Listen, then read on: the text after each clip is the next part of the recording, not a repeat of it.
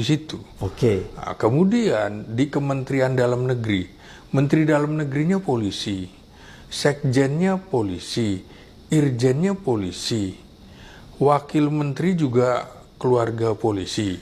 Nah jadi kalau seperti itu sama STPDN atau program studi ilmu pemerintahan di Indonesia bubarkan saja.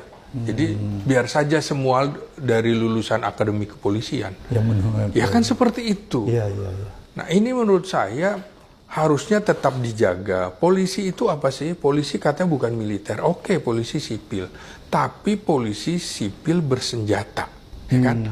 Sipil yang dipersenjatai untuk dapat melumpuhkan. Bukan untuk membunuh. Jadi melumpuhkan ya, bukan untuk membunuh. Bukan. Jadi senjatanya seperti itu. Dalam Konvensi Jenewa juga polisi itu tidak boleh dibunuh. Karena dia bukan kombatan seperti militer.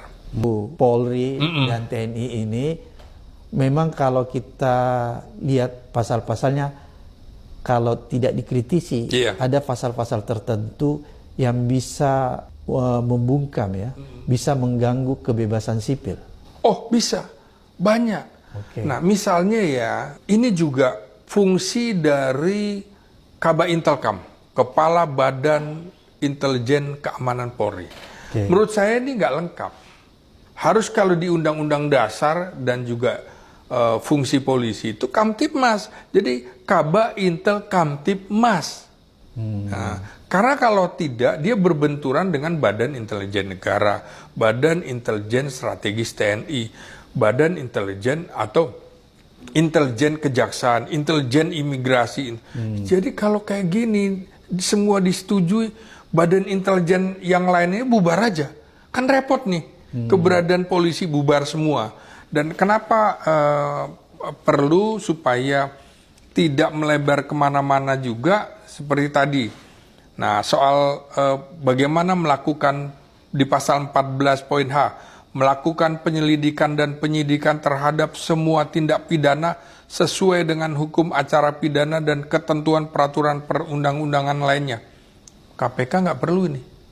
TNI, polisi militer nggak perlu. Kalau ini disahkan. Kalau ini disahkan. Kemudian penyidik pegawai negeri nggak perlu. Sehingga polisi berpotensi menjadi lembaga super body. Dan ini juga tadi. Ini bisa kemudian membuat dalam konteks ini ya, kalau tidak dikritisi, itu dengan alasan